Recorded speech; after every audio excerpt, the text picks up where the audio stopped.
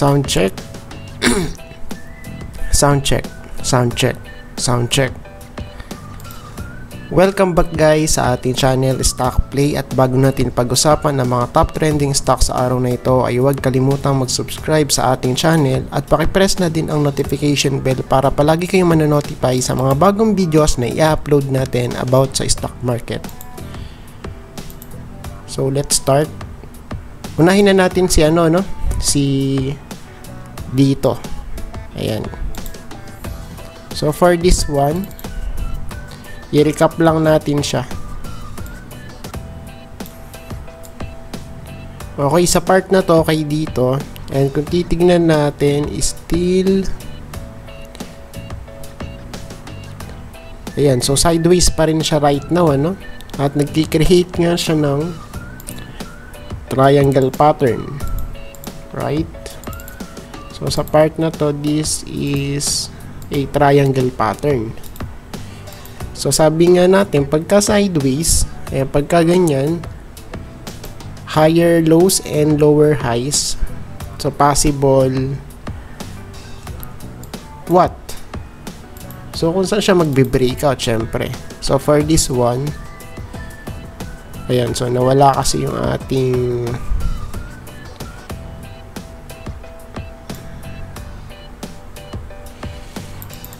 ayan, so dito resistance.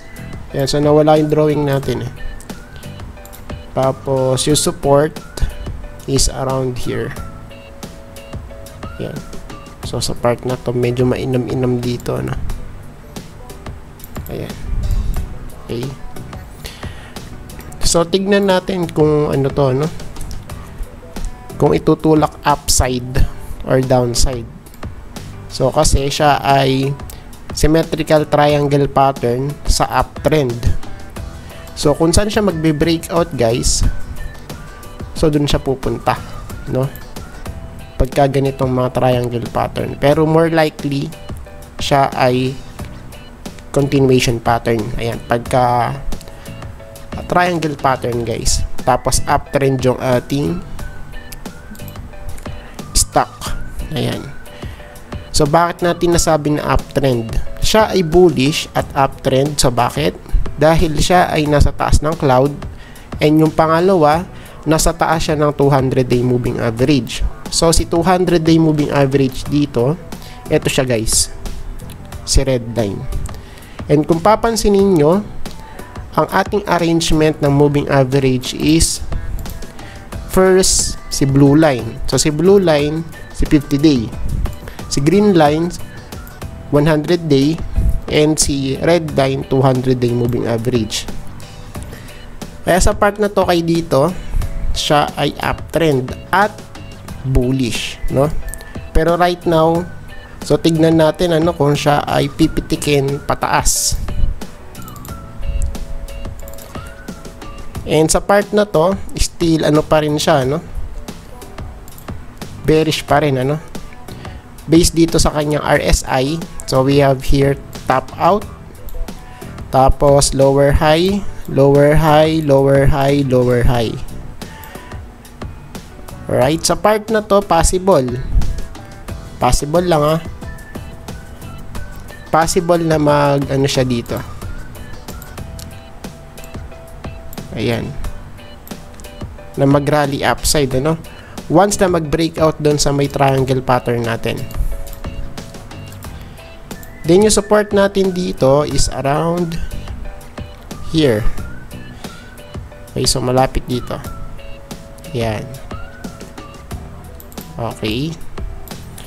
So si dito right now is nasa support. So kung hindi siya mag-hold, yun ang delikado. Ayan. So ang next support natin kay dito is around here. Ayan. Save. Tapos, ayan, sa MACD natin is still bearish pa rin, based dito. So bakit natin nasabi na still bearish pa rin si dito? Kahit na siya ay sideways at nagkikreate siya ng triangle pattern, so based dito sa ating histogram, still nagkikreate siya ng lower lows. Ayan, pagka lower lows, meaning bearish yung ating trend.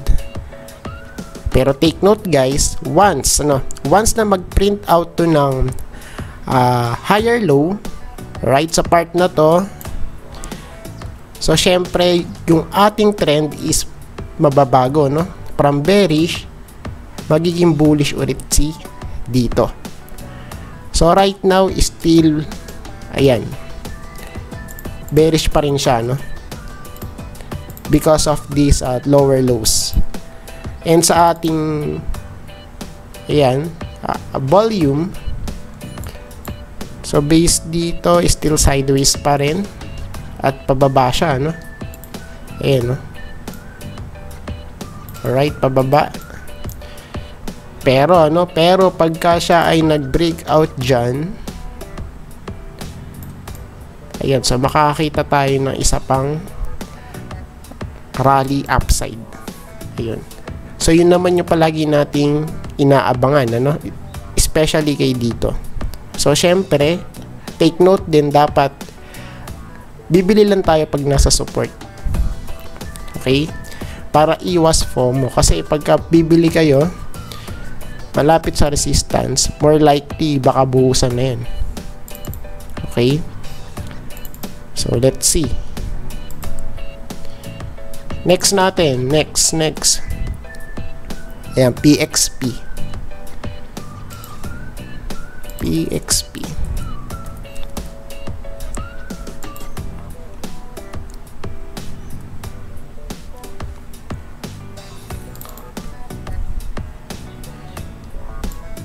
Okay. So base dito kay PXP, and kung papansinin natin, nag-create siya ng ano, what pattern is this one?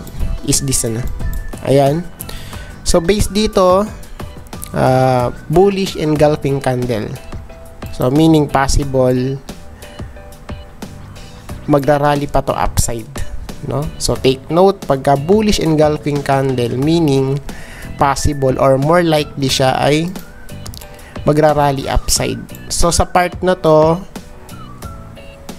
nasa resistance si PXP right now sa 11.5 pesos.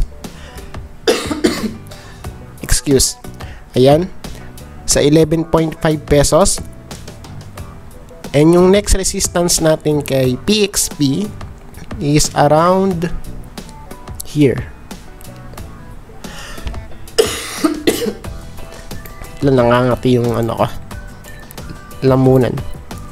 Ayan, so dito guys, sa 12.2 pesos dito guys, ayan, right sa part na to, or even kung talagang malakas yung ano natin, hatak, so pwede niyang ma-reach to, no? Si 13.8 pesos. Ayan, so tignan natin, ano. Ayan, so base dito possible din eh. Pero meron pa din tayo dito ano.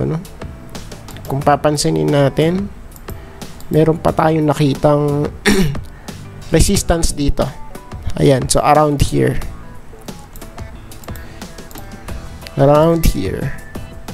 Ayan. Sa 12.9 pesos, malapit dito guys. Ayan. So this one is minor, no? So first target natin, if ever na magrarally ulit si PXP, 12.2 or 12.25, and yung next natin is around 12.9, and yung next is 13.7, malapit dito, no? 13.7. And kung papansinin natin, even na siya ay merong dalawang gap up, so very clear naman, ano? So we have a 2 gap up. So ito yung first gap up, tapos ito yung pangalawang gap up, no? Pero regardless nyan, kung papansinin natin si moving average kay PXP, so malapit nang mag golden cross, right? So si 50-day at si 100-day moving average nakaturo na pataas. So once guys na mag-flip to at magkaroon ng crossover, bullish crossover guys, so what we expect is to pump, no? Syempre dapat magpa-pump yan. Ayan, so tignan natin, ano? Since siya ay bullish right now. So bakit natin nasabing bullish? Kasi siya ay nasa taas ng cloud, as well siya ay nasa taas ng 200-day moving average. As well, yung pangatlo guys na reason natin kung bakit siya ay bullish is eto, no? Yung possible na golden cross kay PXP. So tingnan natin kung magpe-play out to bukas. So if hindi naman siya magpa-pump kasi ano na to resistance to no? So if ever na hindi magpa-pump, so possible babalik dito yan. Dito. Right? Sa 10.25 pesos. Then i-check natin yung kanyang RSI. Ayan. So still ano pa rin siya Still nasa overbought area pa rin. Kaya very risky guys, no? Very risky. Ayan. Still nasa overbought pa rin si PXP. Then for MACD, ayan, so wala pa tayong nakikitang lower high, kaya possible mag-rally pa to. So yun nga lang, ang risk dito pagka ganito guys is pagka nag-print out na ng lower high kay PXP, no? So pagka nag-print out yan, possible mabubuhusan pa to pababa si PXP. Pero right now possible pa rin na siya ay umakyat even though na siya ay overbought sa RSI. So tignan natin ano kung siya ay magbe-breakout ulit pa upside kasi siya ay nasa resistance right now. Then for OBV, ayan. So ayan. Meron kasi tayong mga basher na sinasabi OVB raw pagkakabasa ko. O tapos V as in V tapos B as in baboy, no? So syempre hindi naman English yung ano natin dito, yung topic or yung usapan, ano. So meron pa nag-comment, flip daw yung basa ko, flip, P-L-I-P, sa halip daw na flip, F-L-I-P. So anyways, wala naman akong pakailam dun sa mga bashers kasi gusto ko lang din mag-share, no? Ayan. So based dito guys sa ating volume, so still ano pa rin to, still delikado pa rin, ano? So bakit? Ayan, so meron pa siyang dapat na basagin sa part na to. Ayan, kasi biglang binuhusan from this point biglang binuhusan pababa. So right now ang pinaka question dito is makakapanik ba pataas? So kung di makakapanik dito sa ating resistance, so mag-ingat na lang, no? Mag-ingat na lang kayo.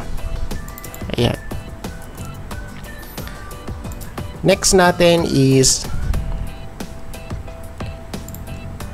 ayan, so medyo mabagal siya. PXP, tapos ito si JFC. Ito kanina tinitingnan namin to sa office. Si Jollibee nung lunchtime. So sa part na to, we have here doji candle, tapos mahaba yung wick sa taas at sa baba. So meaning the market is undecided. Alright? So sa part na to, still siya ay nag-hold dito sa may support. So this is a good sign, ano? So possible kung siya ay mag-hold sa may support natin around 165 pesos, so pwede niya itong i-test or i-retest yung ating next resistance around 1.182 pesos. Yan, so malapit dito, no? So 182, 183 pesos. So what if kung di naman siya mag-hold? So, syempre, ang possible natin is dito. Ayan.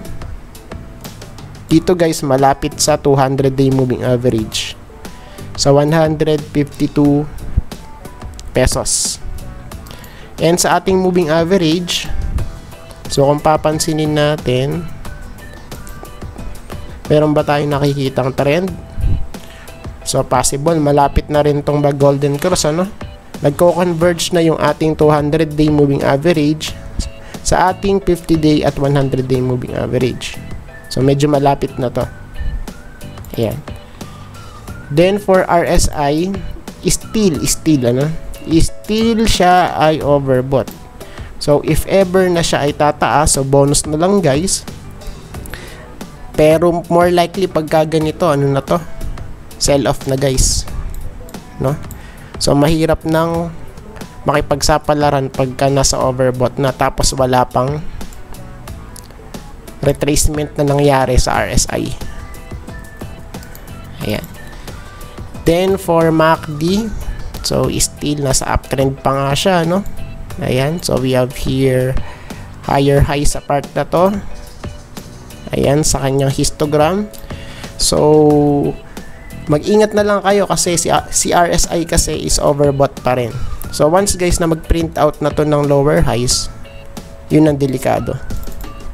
Okay? Then, for OBV, okay. So, kung i-check natin to, ayan, so hintayin natin, ano, medyo lagger eh. Okay. So, tignan natin. Ayan. So, right now, siya ay nasa support.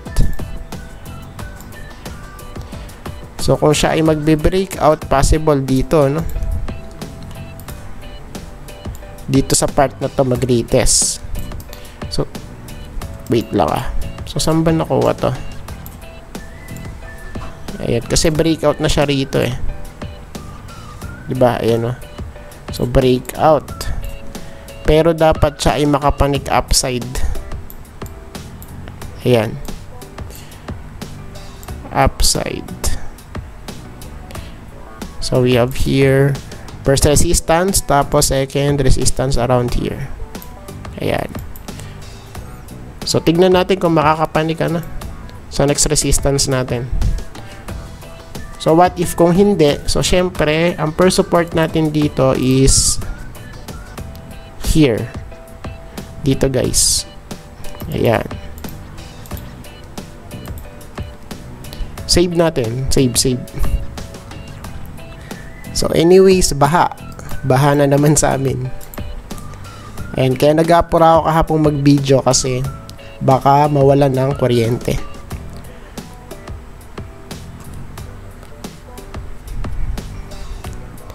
Next natin is MRC.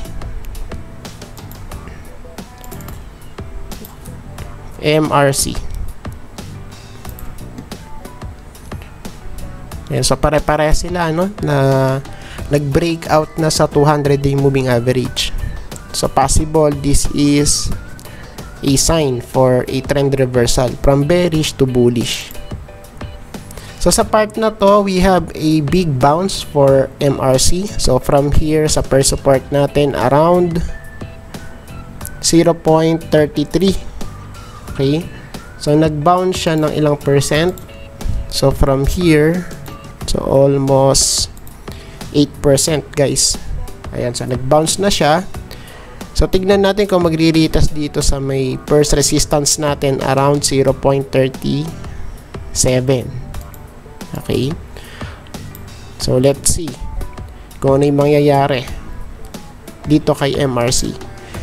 And kung i-check natin yung mga support and resistances natin. Okay. So let's check. Oops.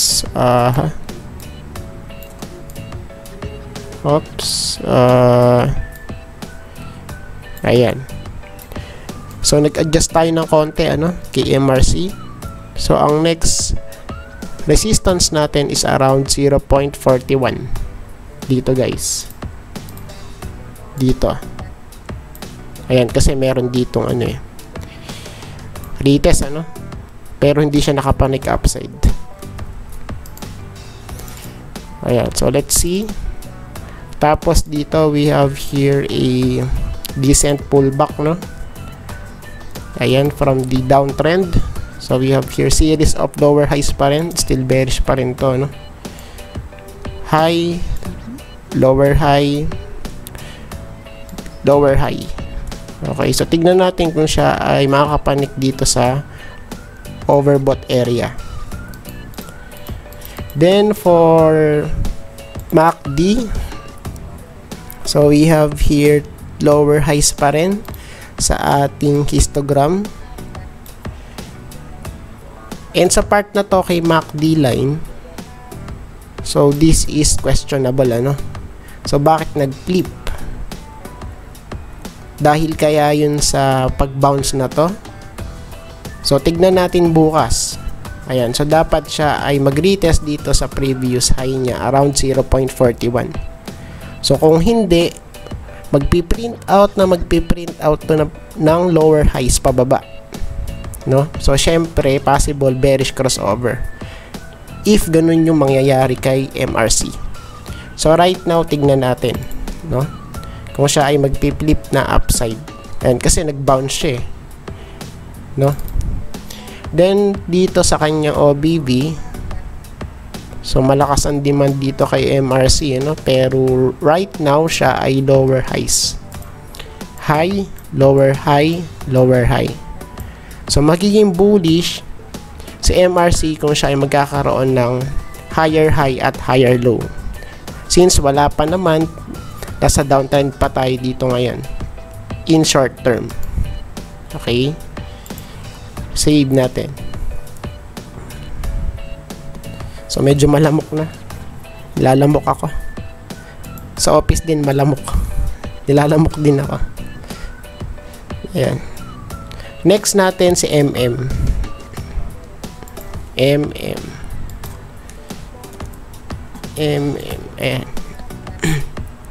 Excuse. So kay MM guys, kung titignan natin, ayan, so still ganun pa rin yung ating ano dito, no,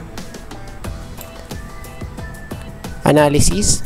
So we have here sa support natin, ano, sa 3.07 or 3 pesos. Malapit dito guys sa may first red box natin. Kasi bakit? Meron tayong confluence dito.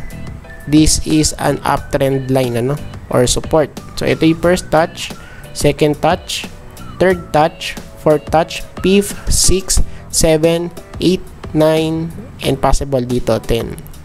Tapos isang reason pa, kasi meron tayo ditong confluence with the 50-day moving average. Ayun, no?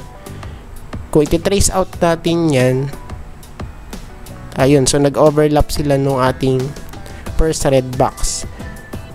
And as well, meron din tayong confluence dito sa cloud. So may flat line dito, oh. And kung papansin niyo, no?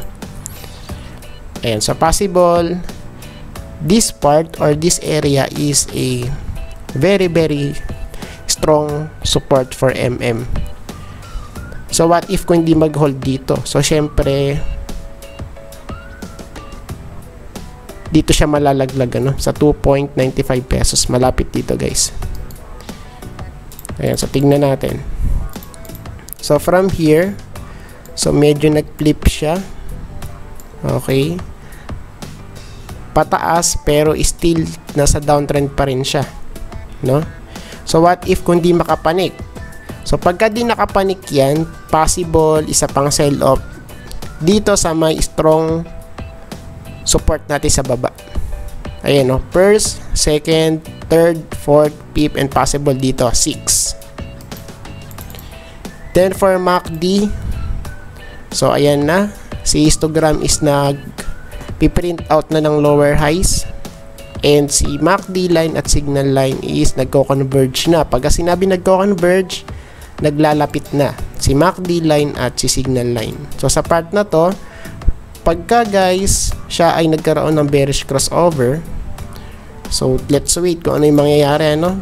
Kasi even though na meron tayo ditong strong support, saan ba yan?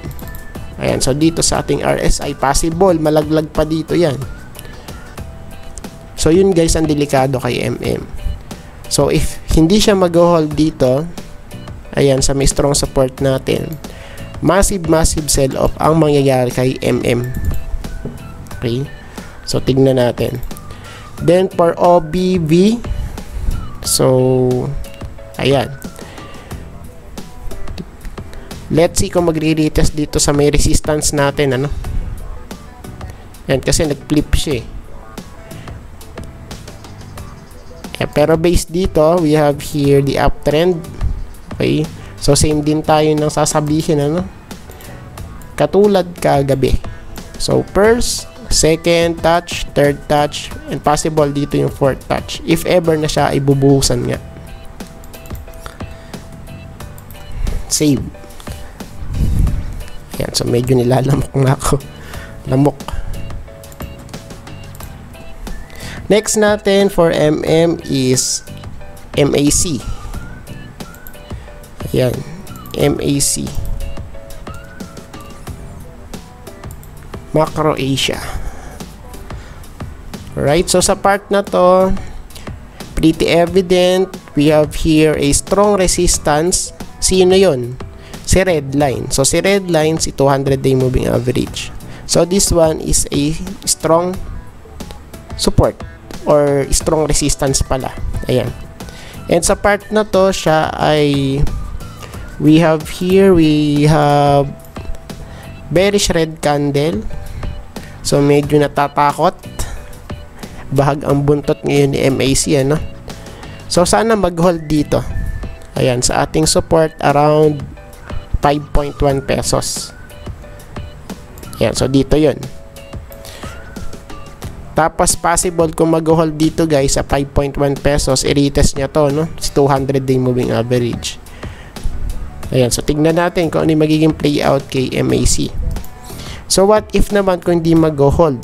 If ever guys na di mag-hold, so possible na malaglag to around here sa 4.8 pesos. Dito guys sa may moving average natin. Ayan, so meron tayo ditong confluence with the cloud, no? So meron ditong mahabang flat line. Tapos medyo nag-overlap na din si 50-day at si 100-day moving average. Ayan, so 4.8 pesos, ano? If ever na di mag-hold dito sa may ating support. Ayan, sa 5.1 pesos.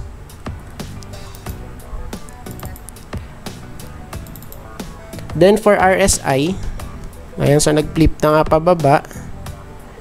So ang support natin is nasaan? So base dito, support. Ayan, so medyo mahina yung support natin, ano, sa first. So ito siya. Pero ang ano natin dito, strong support is around here. Ayan, so maraming touches dito, ano. Ayan, sa may second support. Then for MACD, so we have here 4 consecutive highs. Okay, higher high. So ang ne-expect natin dito pagka nagka-lower high nga is magpipilip pababa. So tignan natin, ano, kasi possible pa rin naman na siya ay mag-retest dito sa 200-day moving average around 5.8 pesos. Ayan, so tignan natin. Then for OBV, ayan, so hindi siya nakapanik upside, ano, at hindi rin nag-hold sa may red box. So sa part na to, we have an uptrend support. So ito yung first, second, third, tapos fourth, we have here fake out, and possible dito yung fifth. Ayan, fifth touch. So let's see, ano, kung siya ay magpe-play out bukas kay MAC.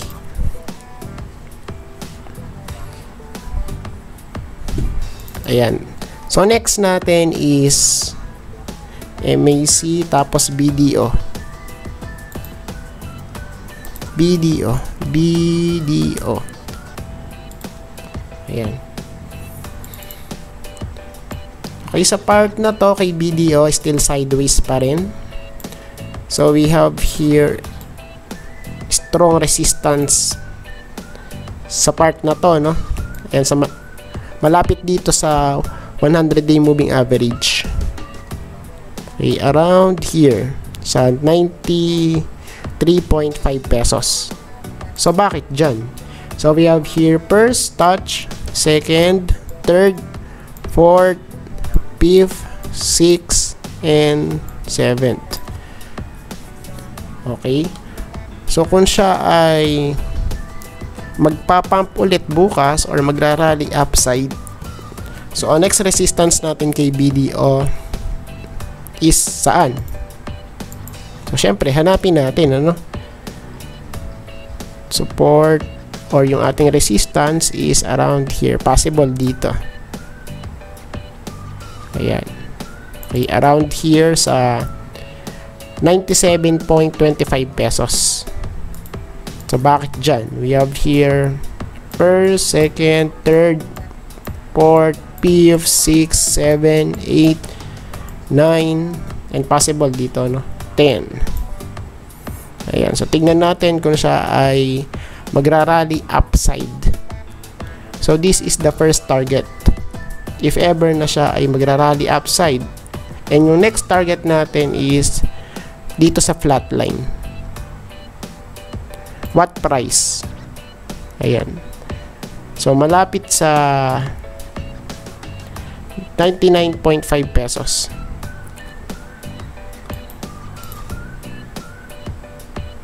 Ayan, so dito yun, around here.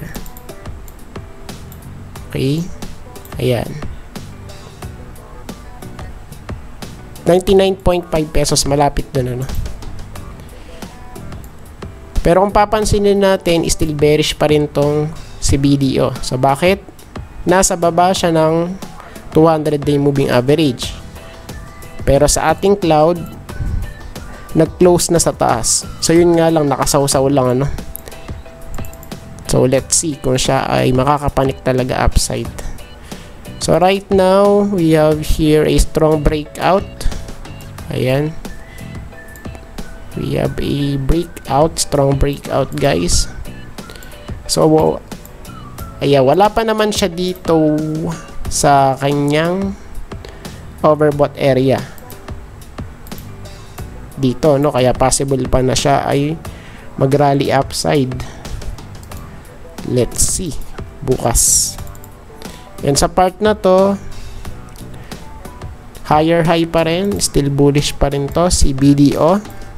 So yun nga lang ano, take note, pagka nag-print out to ng lower high, ayan, so pwede na kayong mag-sell kasi mahirap na ano, na maipit. And kay OBV, ayan, so tignan natin ano. Ayan, so minsan lang itong masama sa ano, sa top 10 trending stock si BDO.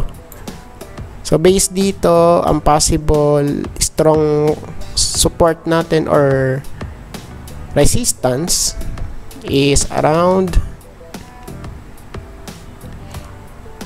here. Okay, dito. Ayan, so dito guys, strong resistance. Ayan. So tignan natin kung magbe-breakout dyan ano. So if ever na magbe-breakout, so ang next resistance natin is around here. Dito malapit. Yan. Okay, so tignan natin. Kasi based dito, siya ay nag-print out na ng higher low. So ito yung low, tapos sinunda ng higher low. We have high, tapos sinunda ng higher high. So let's see kung siya ay makakapanik pa upside si BDO. So ayan, ikot-ikot. Next natin si AGI.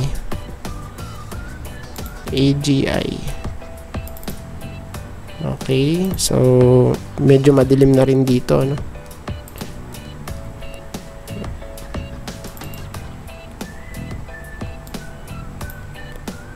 Alright, sa part na to, siya ay malapit na sa ating resistance, ano? In diagonal form. Kasi sa part na to, bearish flag to eh. Bearish flag pattern. So, let's see kung makakapanik pa upside, ano? Kasi pagka na ano siya rito, pagka na-reject si AGI dito, malapit sa 8.1 pesos, possible mag-play out tong bearish flag pattern natin. So, pagka bearish flag pattern, so, siya ay continuation pattern. No? So, let's see kung siya ay makakapanik pa upside. So, based dito sa ating moving average, nag-breakout na si AGI dito sa 200-day moving average. So, pagka na-sustain to, ayan, so hindi na ito magpe-play out, no? Si bearish flag pattern. Ayan. So, tignan natin. And sa part na to, ayan, so malapit na rin, ano, na mag-golden cross to si AGI. Ayan. So, kung siya naman ay bubuhusan, if ever lang, ano, ayan, para malaman na natin. Okay? So, ang support natin is malapit dito sa 200-day moving average around 7.6 pesos. So, saan naman yung resistance? So, sa part na to kay AGI, yung ating resistance is around here. Around here. Ayan. Sa 8 pesos. So, sa part na to, si AGI is nasa resistance. Horizontally, ano?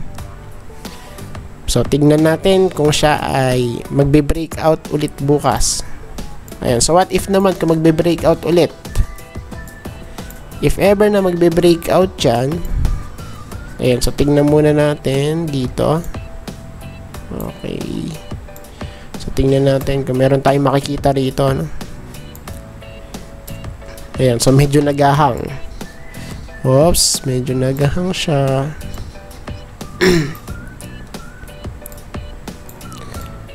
Titignan natin dito. Ayan, strong resistance to eh. So, possible dito guys, sa 8.7 pesos. So, ibalik natin dito, no? 8.7. Saan yun? 8.7 pesos. Ayan, so ibalik natin dito. 8.7 pesos. Ayun, so dito. Around here. Ayan, okay. So, tignan natin kung magpe-play out to, no? Ayan. So, let's see. Tapos, ayan, sa ating RSI, overbought na siya, pero possible pa rin naman, no? Na siya ay makaakyat pa upside. Then, for MACD, okay. Ayan, so pwede pa rin, ano? So, yun nga lang, huwag magpiprint out ng lower high sa AGI. Yun ang delikado. Since kabe-breakout pa lang niya sa 200-day moving average. So, anything can happen, ano? Ayan, sa part na to. It's either mag-breakout talaga rito and or siya ay buhusan. Pabalik sa baba ng 200-day moving average. So, tingnan natin bukas. Then, for this one, so, i-check natin yung kanyang trend. Still bearish pa rin to, guys. So, bakit natin nasabi? Based dito sa kanyang demand since noong 2019 July, so, siya ay nasa downtrend pa rin right now. So, we have here first, tapos second, third, fourth, fifth, and wala pa siya dito, no? Sa ating trend line. Ayan. So, possible mag-retest dito yan. Then, for the resistance, So, i-check natin, ano, dito. Right, sa part na to.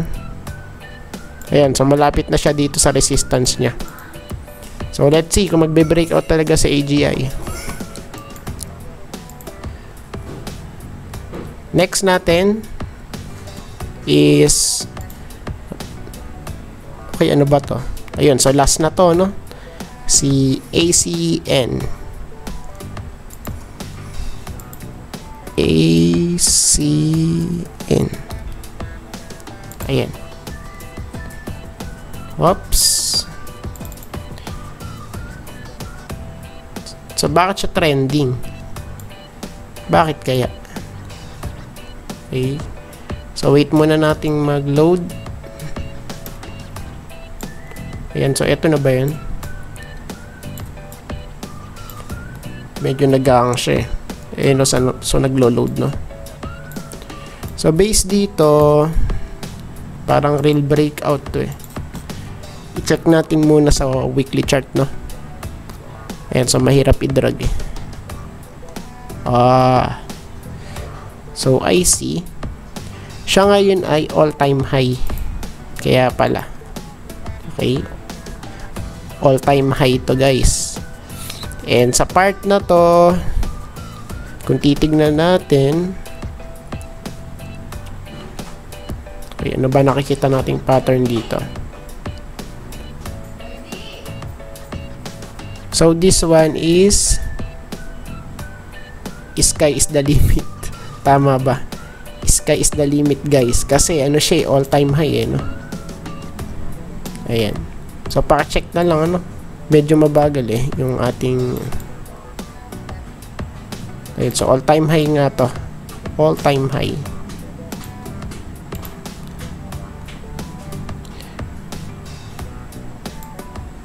Okay. Ayan. So, all-time high siya, guys, right now. And kung i-check natin, ayun, so yun nga, sky is the limit kay ACN, no?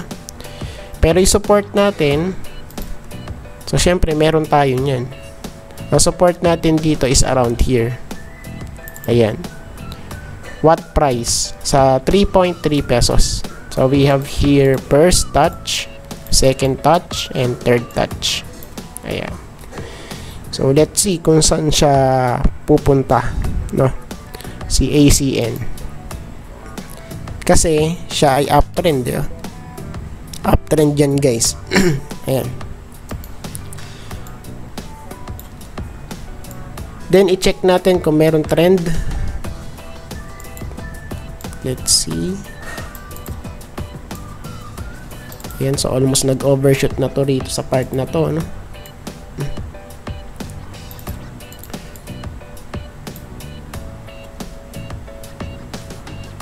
Ayan. So, let's see. Ayan, kasi based dito, ayan, pwede nating sabihin na trend line to eh. So, ito yung first touch, second touch, third touch, and fourth touch. Ayan, tingnan natin kung makakapanik pa upside. So, pagka hindi na siya nakapanik, so meaning, resistance na yan. Based dito sa ating trend line pataas. Okay, so this is a resistance, guys. Kaya pwede natin i-consider to as resistance ni ACN since nasa all-time high siya. Okay, and sa part na to, overbought 76. Okay, so tignan natin ano kung makakapanik pa upside. So, this one is a FOMO. No? So, bonus na lang, guys, kung tataas yan. Ayan, so, mahirap na makipagsapalaran dito kay ACN. Ayan, eh, oh. So, still possible pa rin, ano? Pero, risky na, guys. Risky. Ayan, sa may demand din natin is all-time high na siya. So, for this one, sky is the limit. So, yun nga lang. Sa support tayo dapat bibili, no? Kasi hype na yan pag ganyan. So ito yung first support, tapos yung second support is around here. Yan, okay. So let's wait for the pullback. So yun lang siguro for this video, at sana meron kayong naintindihan sa mga pinagsasabi ko. See you sa next video. Bye bye.